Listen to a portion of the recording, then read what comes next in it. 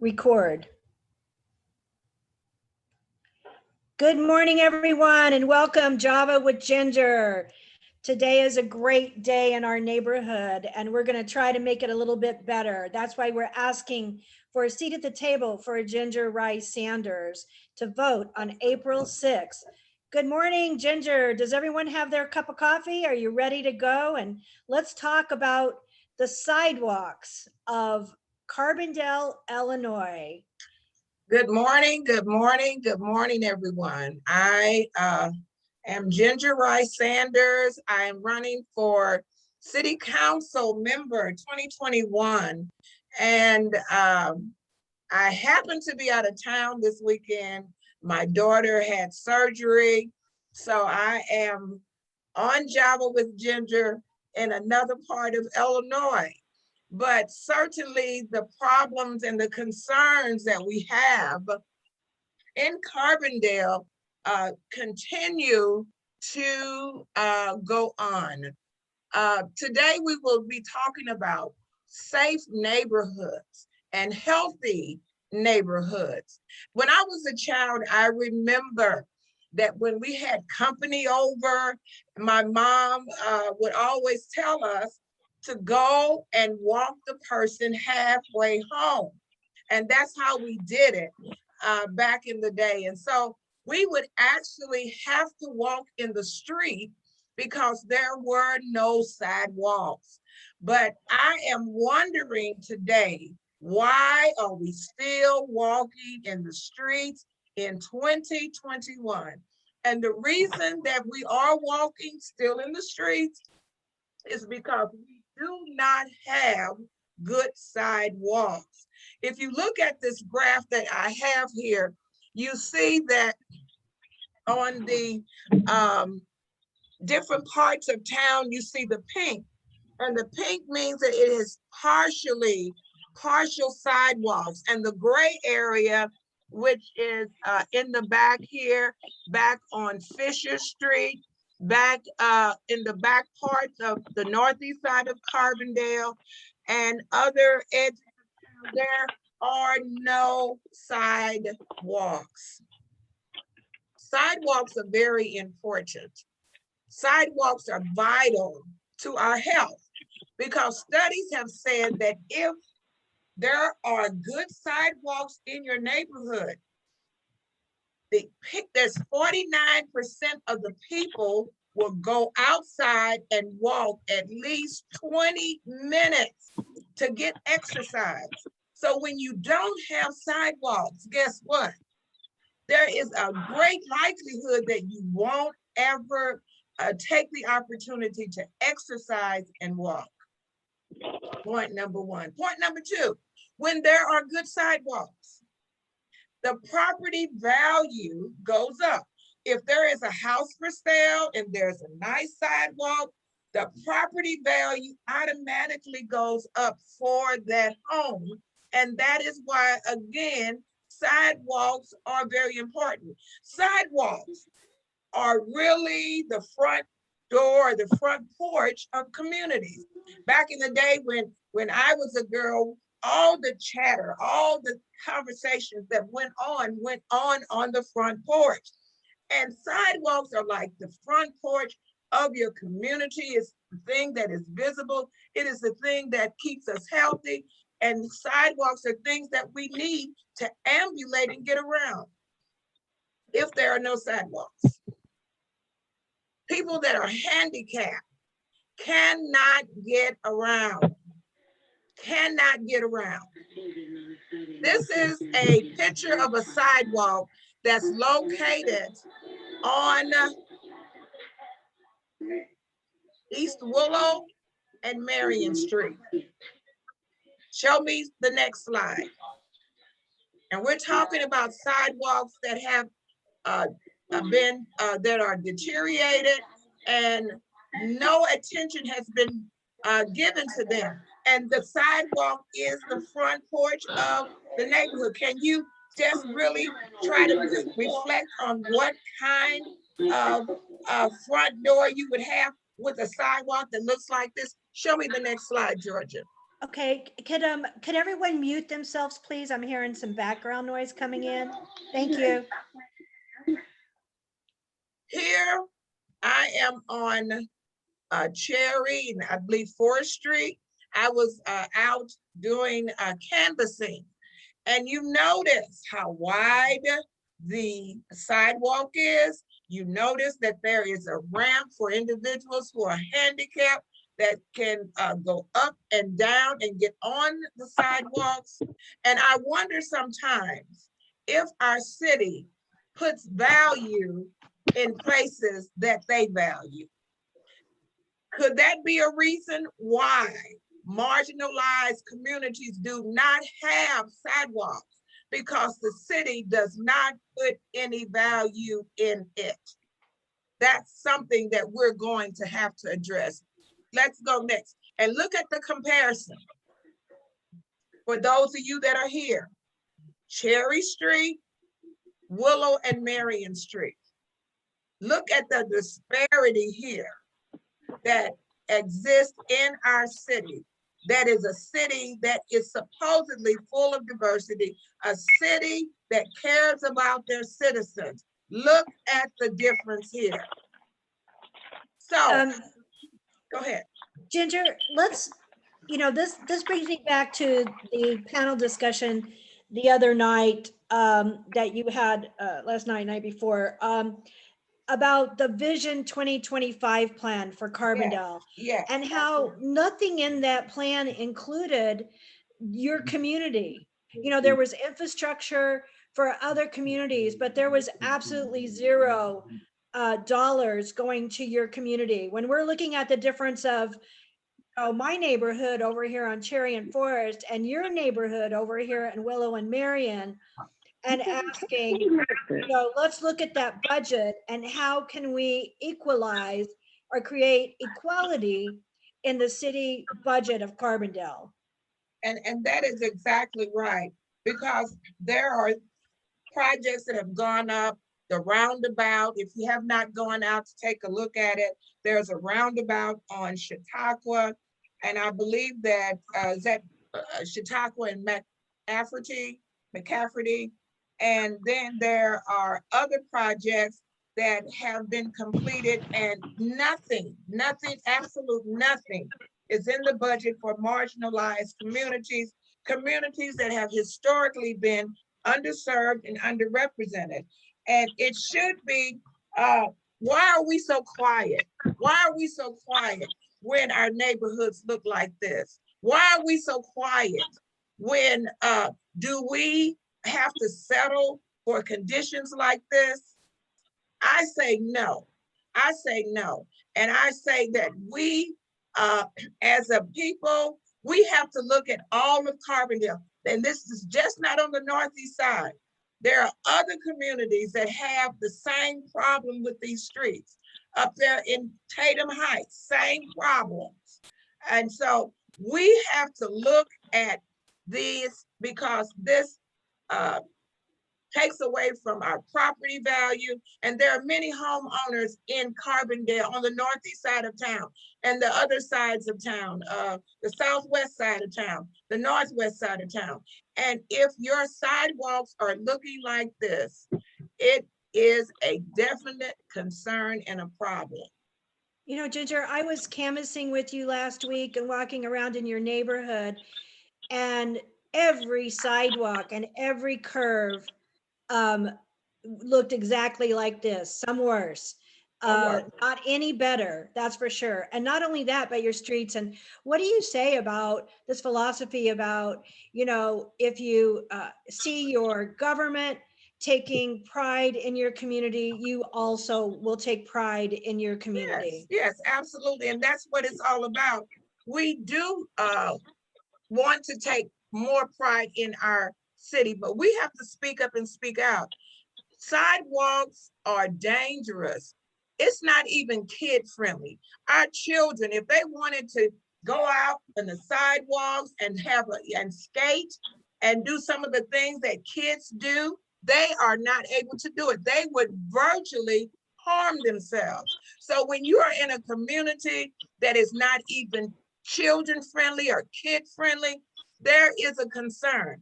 It is not handicap friendly. It is, these conditions need to be renovated and repaired, and the city should give ample attention to these kinds of streets. Every year, Women for Change, we did a unity march, and we always network with other individuals, other organizations, because that's what we do. We know that change will never, ever come into place unless people come together, that comes from different areas and come from different geographical areas in Carbondale. And they would come to the Unity March only to find the conditions of the streets looking just like that. How do you think that if you have the seat at the table and we vote you in and get you that seat at the table to get some balance on that council, what kinds of things are you first going to bring up about this budget and this 2025 budget plan that they have that really totally excludes this Well, community? that's one of the things that I'm going to be talking about. I'm going to be advocating that someone is going to have to go back into the budget and go back and make some changes. So all neighborhoods can benefit from the funds that we have in Carbondale, Illinois, because this is a city that is supposed to represent all the people, all the neighborhoods, all concerns, and all issues. And that's where you will find me. I will be diligently working to get some changes in our budget to help the Northeast Side and other marginalized communities in Carbondale, Illinois. And I know even out there at the mobile home parks, there are some concerns out there about sidewalks and places that are safe for the residents in Carbondale. And I will be a representative for all the people. Let me Go ahead. ask you, one of your things that you Does have. somebody else want to say something? I thought Yeah, we we'll were. open it up for Q and A in a minute. Okay. So let me ask you, one of your platforms is, to create a aldermanic government system. And we were talking about, there's like 3 different systems that you can use. And one that is working in the nation quite well is the one actually in Vermont that, our chairman of budget, Bernie Sanders, created for his community as senator, where you have an alderman that represents your area, and then monies that come in for the city budget are allotted to those communities with a task force that works of citizens that work with the alderman, to create funds, especially for projects like this, infrastructure and other programs. Are you still going to be talking about that? And yeah, I am. I am going to be talking, and hopefully we'll be able to come to some kind of agreement at the city to even change the ordinance of how our city government is run. People, all residents should have a voice at the table, all geographical areas. When you look at the way that the police is divided up, it's in geographical areas. When you look at how the demographics, it's in all demographics, it's all over the city in different areas. And so we have to be like-minded to know that there are people that have concerns, and nobody knows their own community better than the people that live in the community. And Amen. so when we come and sit at the table, and hopefully there will be some aldermanic government that will be established that will also earmark money into the community so the communities can change. All the communities can come to the table. And get changes in their neighborhoods and in their communities. So I am hopeful of doing that. I don't know what type that we will look at, but I am certainly going to be one of those chief negotiators that will bring that concern to the table. Good. Now let's open it up for questions. Who would like to ask Ginger a question? Just unmute and it looks like 309, area code 309 had a question. You have a question? Hello, somebody. I'm hearing a very faint voice. Turn your phone up and speak loudly or something. Hello? They're speaking. It looks like they're speaking, Ginger, but the voice isn't coming through right now. Okay. Anyone else have any questions at this time? Missionary Lee. Hi, Missionary Lee. How are you doing? I'm doing good. Thank you, Lord. How are you doing, Evangelist? I'm doing fine. Doing great. Thank you. Thank you for listening in. Yes. Yes. Good morning, everyone. Good morning. Do you have any questions that you would like to ask? I was just coming on. I didn't know what it was all about. Okay, well, we're talking about sidewalks today. I know you don't live in the city of Carbondale, but in Carbondale, there's a great disparities between neighborhoods. And if you're looking at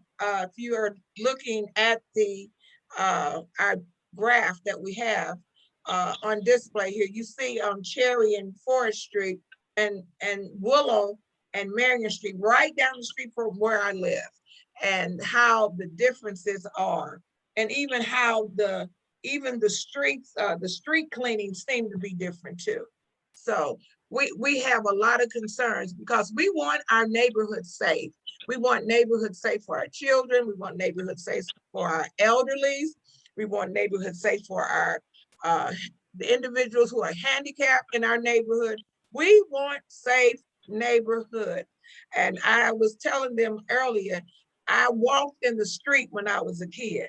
So why am I still walking in the street in 2021? Because there are not ample and suitable sidewalks in the neighborhood. And that is a concern when it comes to keeping neighborhoods safe. Anyone have anything to say? Ginger, this Bob. Any experiences? Okay, go ahead. This Bob Wells. Okay. I have a question for you because I found this to be a problem pretty much everywhere I went. Vote if you have a good voter turnout. That's where your power is. And I noticed that when you had the election here, I came through the Emory Hayes Center several times just to see what would the turnout be. And it was extremely, extremely low, even worse than what I thought. And one thing I know about voting power, if you got voting power, you got leverage power. Yes. Where you got very weak voting, people are going to go the other way towards the place where there is heavy voting. And I think that one thing, and I'm just throwing this out, I think that one thing would help that situation with no sidewalks and stuff is to get somebody working on, I saw Miss Flowers from NAACP had done something, but that's all I've seen, trying to get a voter, not just registration, but a methodology to get them to and from the polls. Yes. And if we can get the people on the northeast side to come together, that's where your power will be with the city. Yes. And I agree with that wholeheartedly because as the founder of Women for Change, we had power sessions when we talked about the candidates. And as a matter of fact, our group was the one that hosted the forum. And this year I am on the forum. So that lets you know that there has really been some change in the hearts of the people for wanting to hear about and be a part what's going on in Carbondale. So I am on the forum and a candidate, when, like I said, a couple of years ago, we were hosting forums, and we've always, the Women for Change, we've always picked up people and tried to collaborate with other organizations in town. And we will continue to do the same this year to get people out to vote, to pick them up. And I'm hoping I am the kind of candidate that people will say, I'm going to get up and get out there and vote for Ginger Rice Sanders, because I know that if she has a seat at the table, that I will too. So, and but I agree Bob, with you wholeheartedly, Yeah. Bob, wholeheartedly. Yeah. So Bob, what more do you think that we could do to get more votes out? Well, I think that rallies obviously do that. I can think of many rallies I've been in where they did not wait for a election, but had rallies. And you mentioned earlier about back in the day, and back in the day there was a lot of rallies. My dad led most of them. Yes, he did. And I was also a driver that was one of them that went and picked up people and brought them back and all the other things. But I think that, well, Irma Hayes Center serves as a good piece because it's sitting right in the middle of the Northeast side. But there should be different rallies that you put on and to show people and talk to people about, put in front is, you want changes, here's the things you have to do.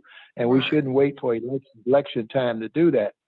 We need to show what has happened in other places. When Black people rallied together, voting power went way up. So I just think you need to come up with something that says, let's rally them together, even if there's not an election. But since there is an election and you're this close, that's not a viable option at this point. But I'm just saying now for April, we need to just get out and beat the bushes in the neighborhoods. Yes. So can I address that, Ginger?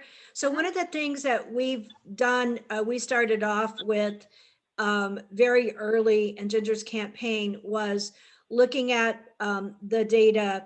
And, personally, I work with candidates from Peoria, Springfield, all the way down.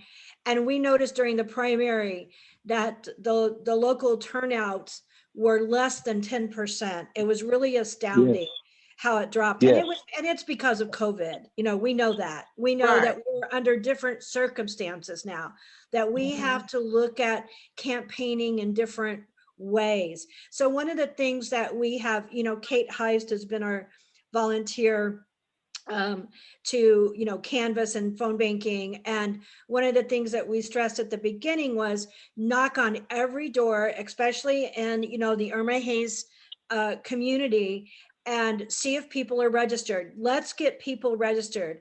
Let's see if let's see if you come past Carterville High School that on West Grand and just keep coming right on, and you run right into Firefly Court. It's about 2 blocks past Carterville High School, and it'll be on the right. It'll say Home A&M Rentals because it's a big new division. Right. It'll say A&M Rentals, but right in front of it, you'll see it says Firefly Court. That's it. Make a right off of West Graham, right on into Firefly Court. Right. And then, let's get the people registered, and then let's see if they need rights to the polls, because this election is all about getting those numbers to the polls. It's about the numbers, and how do we do that in this time of COVID? I wish we could have rallies, Bob, but that's just not a safe thing to do. And I'm hoping in the future that we can keep doing that and keep building. And Ginger's going to be out there, on the forefront of these rallies, using her voice, no matter where this election lands. She's always going to be voicing for Carbondale. So I see Ginger's on the phone right now, but, given that, I want to go into, trying to tell people to get the word out that we do need volunteers. We need volunteers to not knock on those Get on with doors her. to make sure people are getting to the polls, to make sure people are registered, to ask if they need rides. And we need people that are willing to get in their cars or, get buses or whatever and pick up people and get them to the polls. So, I volunteer agree. for Ginger. Yeah. I agree. When I was thinking of rallies right now because of COVID, but I didn't want COVID to be let it be an excuse for not doing it, because you could have rallies with them in their cars. Yeah, Yeah. that's right. You go. That's right. Yeah. Yeah, you could have Absolutely. rallies and get that's people in there to talk about what financial aid you have just by voting. And I'm saying have the rally in your cars and let them know this is what it takes to turn the city of Carbondale budget towards your community. Now, Yes. one of the things we have to do is help our own community, and we certainly got some ideas to help Ginger in that way. We kind of discussed them at the board meeting last night, some finances that really will help that. But Good. I still think you still need to rally those people, and you bring in people like NAACP and those kind of organizations. Oh yeah, definitely, Bob. Ginger, what do you got to say to that? Well, I agree wholeheartedly. I do know that votes is powerful. I know that when I first came on with Women for Change, I challenged the city. I sent letters out to everyone in Jackson County that we will increase the vote. And as a matter of fact, we sent out letters, we sent out all kind of information, the concerns that Women for Change had about things that we wanted to see in the city of Carbondale, and I sent it out to everyone in Jackson County. And actually, the voting went up that year. And so I know it takes a lot of hard work, but it can be done. So we definitely will be revisiting that. A lot of times, when you're campaigning, you're so tired. And please mute your phones, please, guys. Mute your phones, mute your phones, mute. Can you mute them, Georgia? Can you mute everyone? Okay. And so what I'm saying is that we need to revisit that and come together and get a plan together to get the city of Carbondale, just get them encouraged, because a lot of people, I talk to them, they're so discouraged. They say, well, people have come and talked to me about what they were going to do, and when they get in office, they forget about you, and they're not approachable anymore. And so a lot of people feel like, why vote? Because nothing is going to change. Look at my neighborhood. Look at where I'm living. Look at the conditions. Nothing has changed. And so we have to reinvigorate and give the people something to want to go and vote for, and make them know, let them know that their vote is their voice, and it is their voice that makes changes in our city. So I do agree. I do agree. I do agree. Does anyone else have any other questions or would like to say anything? Well, it is what time here? It is, we have about 2 minutes. George, are you able to play the jingle again to see if it works? I don't think we'll do it next Saturday. You can't hear it, right? Okay. So you can't hear it right now. I would have to get out of this screen completely and go back in, but we'll get it at the beginning. Yes. Next week. Yes. It's on your Facebook page. It's really brilliant. It's young people engaging in this election process. Yes, and I was excited about the jingle. I want to just express myself. There is a jingle that we have, and it is a young high school guy from Carbondale rapping, Kappa from campus that did the studio work, and of course we put pictures together to go with the song, and then a young man that volunteered at the Irma Hayes Center. I met him doing the volunteer, and he wrote the lyrics. And I see a lot of times we have to learn how to include everyone, because everyone has thoughts, they have opinions, and sometimes you don't know what they're thinking because we don't include them. And that's a part of my platform, that I want to push for diversity, inclusion of all people, all ethnic groups, young people, old people, everyone, because that is what makes up our community. And I was so proud when we put it all together that it came out the way that it did. So I thank all of you. And if you have any questions or concerns, you can call me on my campaign number, 618-305-9981.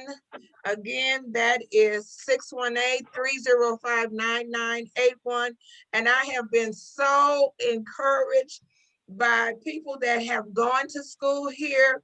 They're sending me donations. They are so proud that I am running for city council. And I am just, this is an exciting adventure for me. And so I thank all of you who are here. So if you have questions or concerns, you need any help with anything, we want you to call. I am actively involved with the COVID shots and getting information out to the communities and to people that want the shots. I know everyone does not, because there is some mistrust that we as Black people have. When they start giving out things for free, we are saying, oh, well, I don't know. And I know that because of history, that things that had happened when we thought we were getting free care, and that ended up giving all of Black men the syphilis. So we know that some of us are apprehensive, and I cannot fault you for being that way. But those who want the shot, call me. I can get you in with an appointment if you're having trouble. But I am here to serve the community in any capacity that I can. We have to realize that we are not out the woods yet. COVID is still around, so still wear your mask, still engage in social distancing. Well, those people that have had the shots like me, I've had two, I can get me a little bubble of people who have had the shots too. And we can have us a nice little, what do you call Rally. You could rally. That's right. And I agree with Bob, man. I think those rallies. Yeah. Oh, we can have a nice little rally, but we thank you all. Seriously, we thank you all for spending your time with us on Saturday. That was really something that was near and dear to me, of the sidewalks, because this is something that we see all the time. And like I said, sidewalks are the front porch to our community. That's right. Ginger, next week on Saturday, Java for Ginger at 10:30. What are we going to be talking about? Next week, we're going to be talking about policing. We're going to be talking about marshaling in different ways that we can have community police reform and how it will work. We're going to look at data. I am a person that collects data. We have data of traffic stops, DUIs, and all the things, and how in one area is terribly high, in other areas you see no stops. So we are going to look at profiling, racial profiling, and look at ways that we could stop that, to make our communities a little more accepting to the police department, because a lot of people in our communities, they just really dislike the police because of things like traffic stops and racial profiling, and hoping that they'll find something while they stop you because you don't have your lights or something to fix in the car. So we're going to look at that and look at ways that we can decrease all of these this crime data and to start making our communities a little safer, where we can have a better relationship with our police department. That's right. Hey, Ginger, I think it's good Go ahead. timing. Go ahead, Go ahead. Bob. This is Bob again. I don't know if you have time to do this. I've been on the Yes. phone with the food bank Okay. yesterday, but I thought if we have a rally on the parking lot, if we put together some packages and we will give out food to the community also to help your cause there, and you have your rally on the parking lot, they stay in the cars, we give out the bags of food there on the parking lot and be able to gain their attention and talk about this, how valuable their vote is towards getting their community together. I don't know if I have time to go to food bank in Illinois, in Fairfield or Bloomington to get another load, but we have some there which you are aware of. Yes. And possible you can put those together and have a little giveaway to them as you're trying to get their attention about the need to come together over there. To vote. Well, Let's do it. I will. Yes, and I think that it's a good idea. I'll check the legality of that being a rally and give away things all at the same time. So I'll check the legality of that, because I don't want to get in hot water before I get in hot water. No, that's not illegal, because Okay, that is a community, that we're meeting a community guideline that we set forth with Midwest Food Bank. We're giving that to the community. Right. You're just having a rally. Okay. You're just having a rally in conjunction with that. That is gracious, Bob, and I think we should definitely take you up on that. That's a great idea. You need to be on our team. He is on our team. That's right. Absolutely. Thank you so much. We so appreciate everything you're doing over there, Bob. Absolutely. So needed. And I'm so glad Ginger's working with you there. I see some systemic change in the future for Carbondale. She's going to be great. Yes. She's going. I welcome her on that board. She's going to do tremendous without fail. Thank you. And I right. have a good Hi, coach. Bob. Thank you. Hi. And my pastor is on the line. Did my pastor leave? Hello, can you hear me? That's Yolanda. Okay. Your daughter. Hey, Yolanda. We're excited. Yes, this is going to be good. We're going to come out victorious in this. Yes.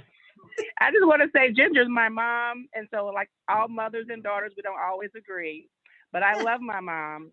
And she will be a force to reckon with. She is a fierce advocate.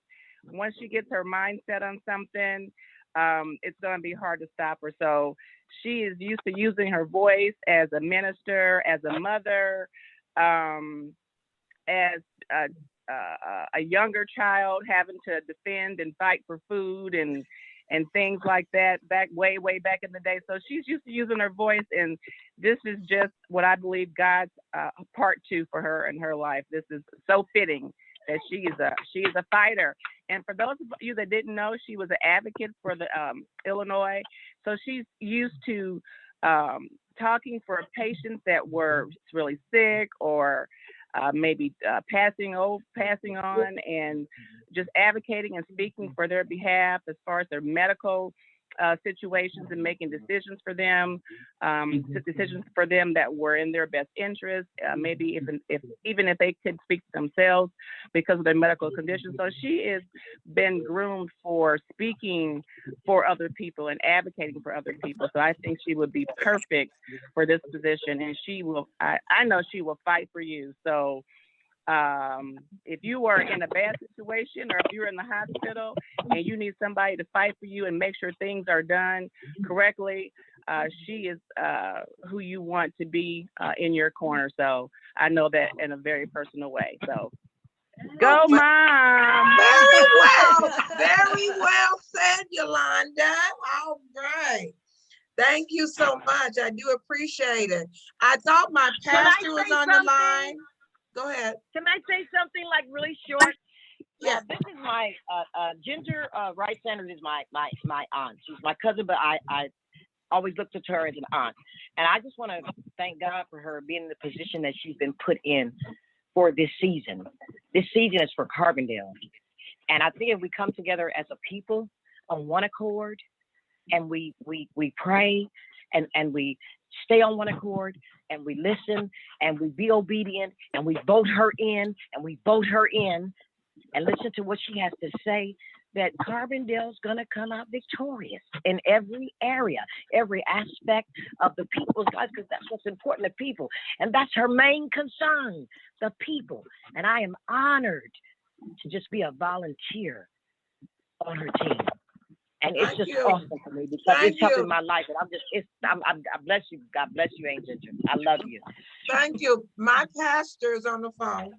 I was talking to a lady, Mrs. Sanders from SIH on yesterday, and we were talking about pastors in Carbondale. She said, well, I know your pastor in Marion better than I know the pastors in Carbondale. She said, do you know this man named Larry Lee? I said, that's my pastor. And she said that she had an incident with our first lady and had to get her phone to her. But she said, I love those Lees. So, Pastor, you want to say something? Well, it's just good to be here and to be supportive of all I'm hearing, and I'm excited about it. No, I don't live in the community, but I live in the community. I thank God for the membership of the community, and you all do have a jewel over there, and we're going to support Evangelist. We're going to support her in all way we can, and I like what I'm hearing, and she knows I'm a supporter. But I would like to the guy named Bob. Is he still on? Yes. I would like him to call me personally when he get off this phone, Evangelist Ryan. Yes. I would definitely like for him to call me personally. I would like to talk with him. Yes, amen. Sir. Yes, so we sir. thank God for you all. We support you. Go get him, Councilwoman. It's already done. Yes. Thank you and so it is much. So. Thank all you. right, then. Thank God you. Is there anyone else? Because I think we're a lot over, not just a little over, but